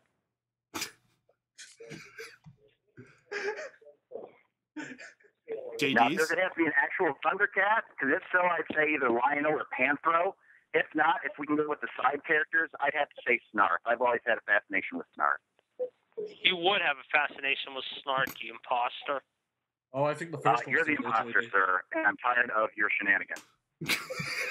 No, you're nothing but an edge wannabe is what you are. You're an edge wannabe. Oh, gosh. All right. Tone. All right, we got one more host here. Tony, you got a question for these guys?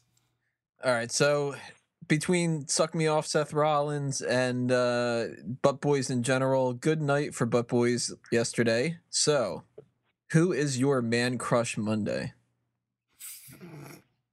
Man Crush Monday? How about the real JD go first? Man Crush Monday? I don't have a man crush because I'm not gay like that other caller is, that imposter. Oh, gosh. I'm sorry to break it to you are gay because you and Silent Wind of Doom take it up with each other all the time. All right, let's not go I'm not there. hearing either of them talking about New Year's. I'm straighter than the pole your mama dances on. Oh! You'll never be half the man your mother is. Oh, I thought that was your buddy, Silent Wind of Doom's mom. You went to give her $50 bills. She said, "Get out of my face." However, when you gave her Poor Silent Wind of Doom. I don't need money because I get all my t-shirts off your mom's floor. However. Good.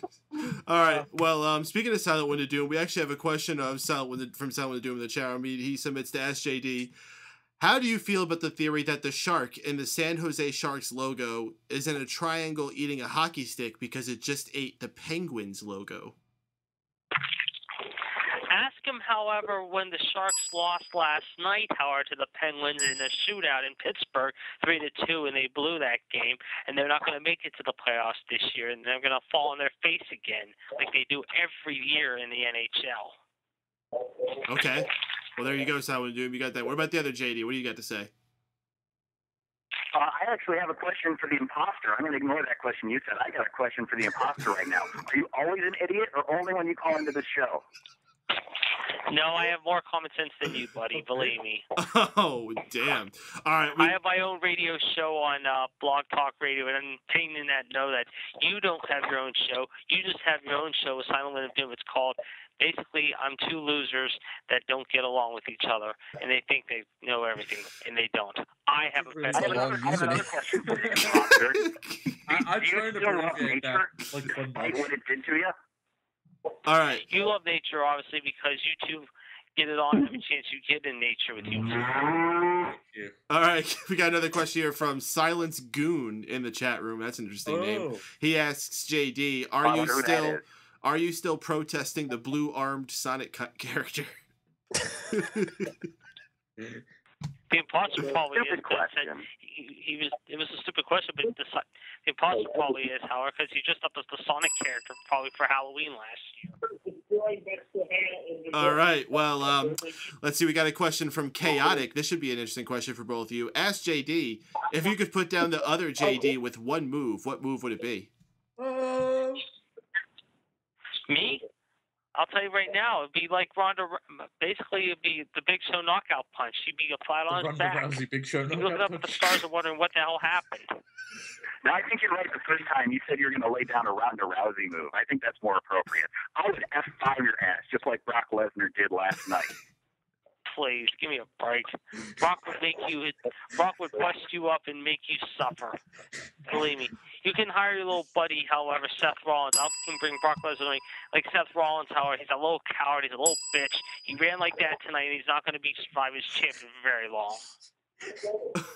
You know, I'd really like to see things from your point of view. I can't stick my head up my ass that far.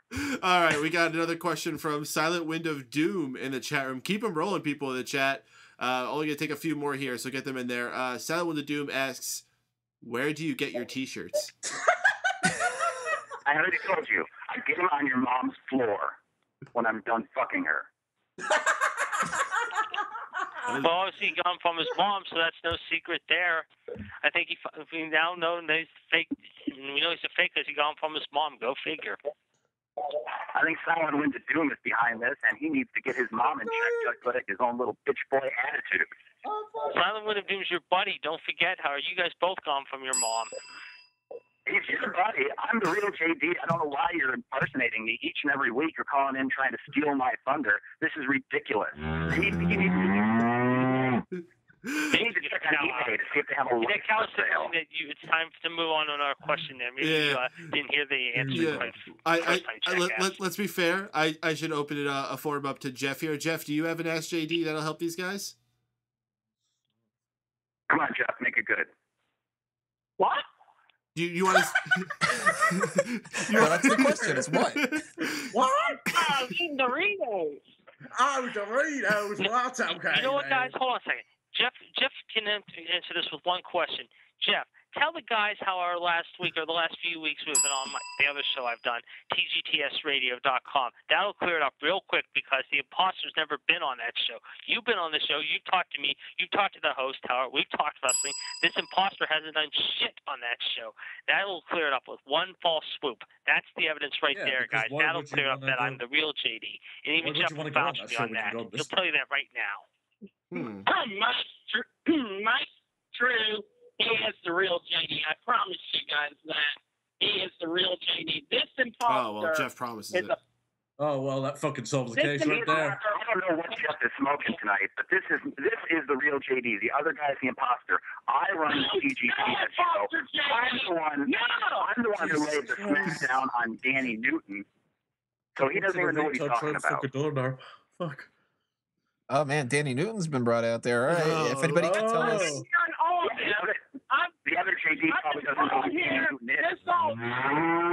All right. So since we have Danny Newton brought into this brings an interesting thing. So this is an interesting character from your past. I have to ask, how are your relationships with Danny Newton these days? Both JDs answer. I haven't talked to the guy. I'm sure the fake JD spent more time with him than I have. Well, I haven't talked to him in a while either, but, you know, he tried to put the Newton Crosby on me. Jake, the other fake imposter, probably doesn't even know what that move is. The fake Newton, you know, I know all these things. The other JD has no idea because he's a fake imposter wannabe. That's how that works. No, you're the fake JD, like I said. My attorney has already said, Howard, like I've said already, my attorney knows I do a show unlike this show, Howard, and he's called into my show, and he's talked to the co-host of the other show, Howard. You've never called into the show. He can back that up. I got a request for this fake imposter. Before you call into the show next time, why don't you slip into something more comfortable, like a coma? Oh, my God. Damn. No.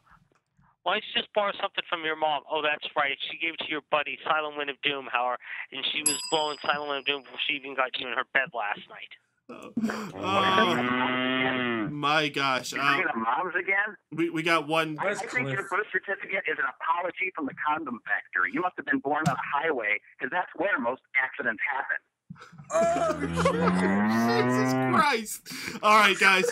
I'm taking another question here, and then I'm going to take one more question after this one. So, chat room, get one more good question there after this one, and I'm going to take that one. So this one is from Silent Wind of Doom, and he asks, the fake JD, Why do you have so little of a life that you make a fake radio show just to try to prove that you're the real JD? Oh. Go ahead and answer. Uh-huh. Where you at now, tough guy? Yeah, I didn't You're think supposed to ask me a question. No, Well, you know what? he's asking you, imposter. You know what? Maybe what we should do, rather than just taking the chat, maybe we should get the actual guy here and see if we could do this. So here's what we're gonna do. We're gonna bring on Silent Wind of Doom. Silent Wind of Doom, you there? Mm-hmm. What's up, Silent Wind of Doom? Nothing much, just watching the card. It's great. Interesting. So you have a question for SJD? I had 3. You've already said all of them. Well, come up with another one. Yeah, come with another one. You're live on the air now. Yeah. Come on, Byron. Or do you have? Byron Saxton. How about instead of a question, do you have anything you want to say to JD? Yeah, who accused you of being fake JD? I don't know if he's so insane. I don't think there's anything that I could ever do to prove my innocence. He's a Dude, let me ask you this though: did you put the fake? Were you and the fake JD in this together? I decline having any. Answer the question. He was. You interrupted him, My attorney will jackass. my attorney's hearing this too, by the way. Answer it: yes or no. No. Jeff, I smell bullshit on this one. What do you think? Bullshit! I have no idea what he's talking about. I could eat a bowl of alphabet soup and crack out a smarter comeback than Silent Wind of Doom. But right now, I think my attorney said it there, guys. He doesn't believe your story at all. All right. Michael, I'd like to stick around and keep putting this guy in his place, but I feel bad abusing animals. Also, my mom has to use the phone right now, so I have to go. So, sorry, guys. We'll chat more next time. There you go. That Pussy's a fake. I'm still here. He has to go because his mommy has to use the phone. Well, okay. JD. Well, hold on, Jeff. I believe you said you had some kind of evidence you wanted to present, right? You damn right I do. Well, I believe the perfect thing that we should be saying about this then is hold on to your butt. Hold on, guys. Let me see if it's still there. Hold on. All right, so what are you trying to find your butt? Hold By on the to way, your it's butt. on Let me see if YouTube, it's there.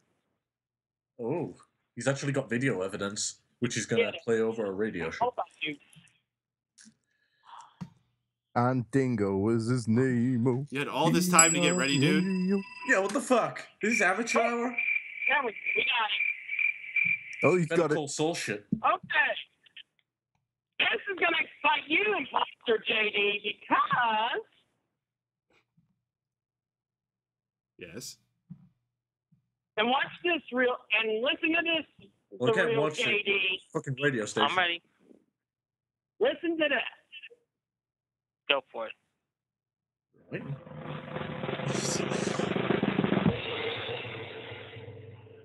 Eat.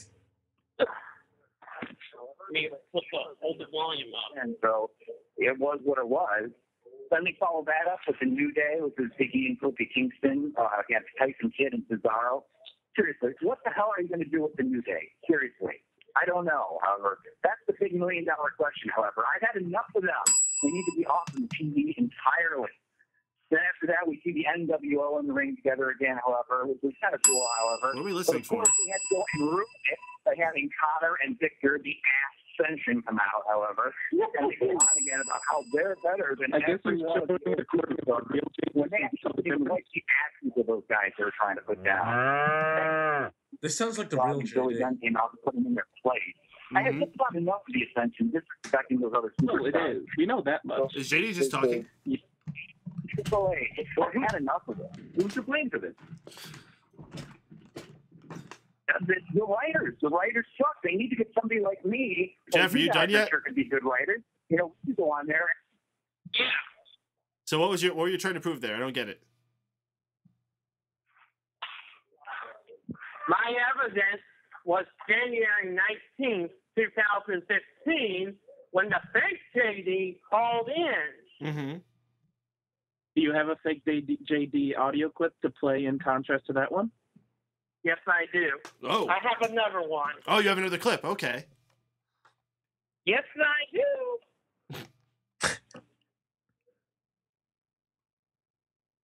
If I can get it. Okay. Oh, here we go. Here we go. Here we go, baby. Don't call me baby. I'm not your baby, honey. Oh, shit, you're been ass, man. Wait, so now JD is an ad? He's 80? Killing us here, dude. Lots of dead air happen here. What is this, freaking John Cena and Rusev match here? Was this Byron Saxton hour?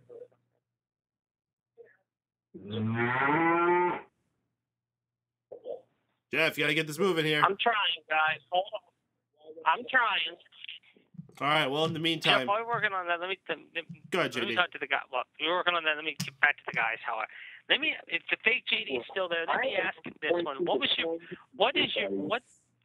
first wrestling match, or what was the first time you called in to the show? Oh no, he had to go. I called in August. All right, guys, we actually are running really low on time here, so we're gonna have to wrap this up for now. We can continue this case next week. So, Jeff, I want you to get this evidence better together, and you can present this to us next week. Okay? I will, guys. All right, we're leaving this on a cliffhanger. Imposter JD, I'm coming for your ass. Oh. I don't know when, but I'm gonna come for your ass. All right, Jeff, you have a good night, man. All right. All right, whatever JD is left here, we're going to talk to you again soon, man. Mike, Hope Jeff's got your back. Go ahead. Yes, Mike, I'm still here. And let me tell that piece of shit, if he's still listening, however, if he thinks he's had the last laugh, my attorney will be ready next week, however. Like I said, however, I'm always on, however, but that little piece of shit better stand back, because I'll tell you what, however, if he sneaks on before me again next week, there will be hell to pay. Serious hell to pay.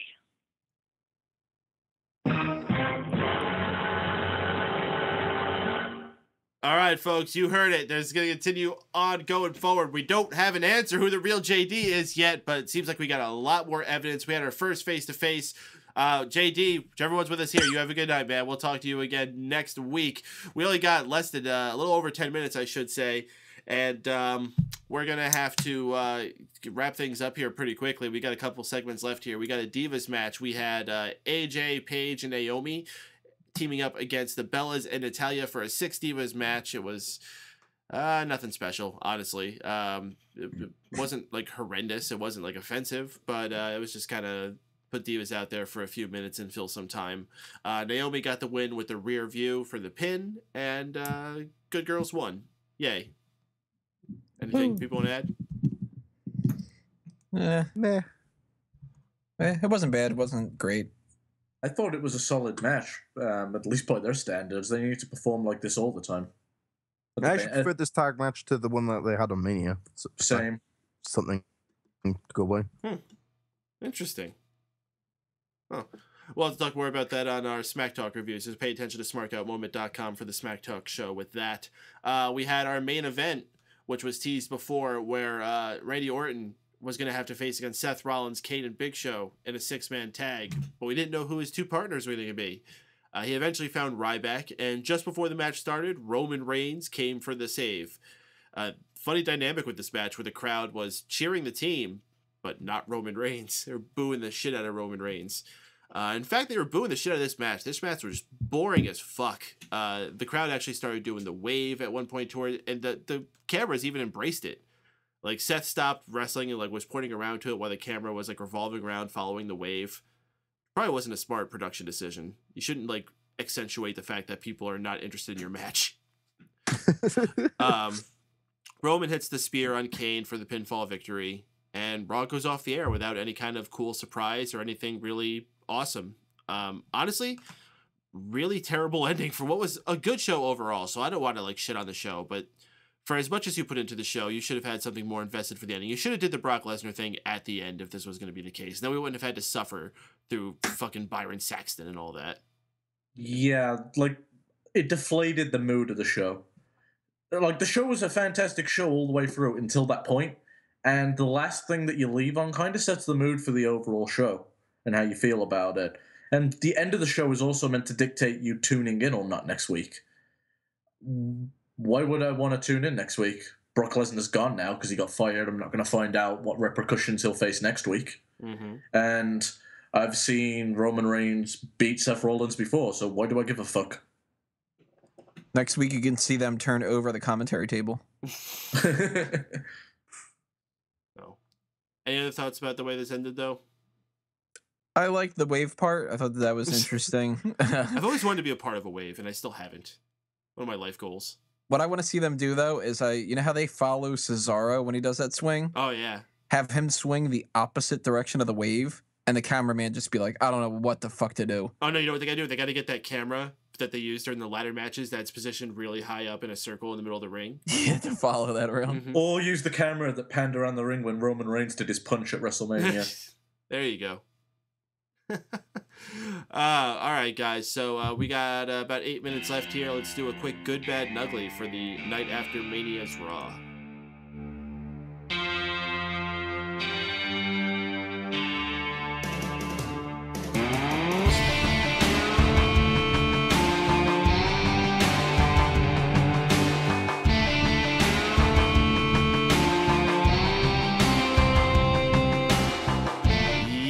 Yes, it is the good, the bad, the ugly, where we talk about what the best part of the show was, what the worst part of the show was, and what the most horrific, embarrassing part of the show was. Might actually be tough for this one, but we'll see. We invite you in the chat room to tell us your good, bad, and ugly, and we'll read it out here on the air. In the meantime, let's check out the hosts with the mosts. Oh, I fucking hate that I just said that. Wago, your good, bad, and ugly. My good has to go to Brock Lesnar being Brock Lesnar. I've said enough about him, so I'm not going to elaborate any further. As far as the bad goes, I'm going to give it to the ending of Raw. Kinda took the mood out of the air, and I didn't like it, so fuck it.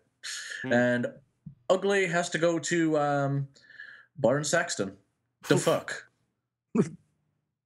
Indeed. Sean, you're good, bad, and ugly. The good, Seth Rollins holding the belt and how great it looks on him. The bad, not seeing enough of Seth Rollins holding the belt tonight. And the ugly, again, not seeing enough of Seth Rollins holding the goddamn fucking belt. You know what I'm saying? I know what you're saying. Happy days. It's what you're saying. It's what you're saying, and I know it. Looks beautiful. I know what he's saying. It's beautiful to me. All right, Drew, you're good, bad, and ugly. Drew. Well, I muted my microphone. I'm going to interrupt you. Seth Rollins holding the belt. Yes. Wow, that's the first time Sean's done a Drew impression. I like it. It's awesome. Yeah. Tony, you're good, bad. My mic was muted, huh? Well, too bad you missed it. Go ahead, Drew. I'll be honest. Oh, it's the Tony show now? Okay. No, my good was the Dean Ambrose John Cena match. My bad will have to be the Divas. That wasn't necessarily bad, but that was just the worst thing that happened on Raw. Mm-hmm. And the ugly is just going to have to be Byron Saxton because silence. All right, Tony, you're good, bad, and ugly. Good's going to be the atmosphere. You got a good crowd. You got a good set of different things that happen with Brock Lesnar and all that. They really, on the inside and the outside, tried to make this as good of a show as possible, except for the ending there. The bad is going to go to kind of a tie between the way that Sheamus looked and dropping the Adrian and Neville. Repackaging characters like that, a little odd. Ugly, of course, Byron Saxton on commentary. Not a good way to introduce yourself to the audience. All right, my good, bad, and ugly. My good, I'm going to give to Daniel Bryan and Dolph Ziggler having a kick-ass Intercontinental title match. This is what they need to do to get that title over. Have really competitive, awesome matches between guys that everyone is going to get behind and take seriously, having a kick-ass match to really give the title to mean something. My bad, I am going to give to the ending. What a awful way to go off the air, and it's just a shame because this was a really kick-ass show, and if they could have really nailed something at the end, it would have been an amazing 5-star perfect show. And my ugly, as funny as it sounds, I'm going to give it to that Brock Lesnar beatdown because that shit was ugly. I'm going to take some out of the chat room real fast. Silent the Doom, good. Announcer destruction, bad. The downer main event, ugly. Having to still do the funny voice after the real JD got off the phone. It hurts my throat, and I don't want to have to do it any longer. I don't even know what the hell he's talking about. Chaotic, good. Brock Lesnar, bad. The main event, ugly. Saxton's solo commentary, by God, good. Brock smash, bad. Saxton, ugly. Saxton and Lawler together. All right, guys, really, really fast plugs. We don't got much time here. So, Sean, anything? Happy days. Happy days. All right, I guess No. not. Drew, good. I don't. But listen to the next episode of Smack Out Moment, where I will be coming in my pants over Seth Rollins. All right, Drew, anything? You can follow me on Twitter at Drews of What, and you can go to my YouTube, which is McFrickin' Wago? Follow all my products by going to StephenWago.com. All right, and Tony? All Talk Show, fanboysanonymous.com, and smarkoutmoment.com. Go looking, you'll find lots of shit. All right, that's Time Cal letting us know. We only got a few minutes left here, and we almost forgot. We got our guest out there in the parking lot, and we have no idea who that is or what's going on. So we're going to try to see if we can get a camera out there. Wait, you left him alone that long? That's kind of a dick move. Well, we had lots of callers. We had the whole JD versus JD thing. We're getting our correspondent, Time Cow, to go out there and check out what's going on out there. We got a microphone out there. What's going on?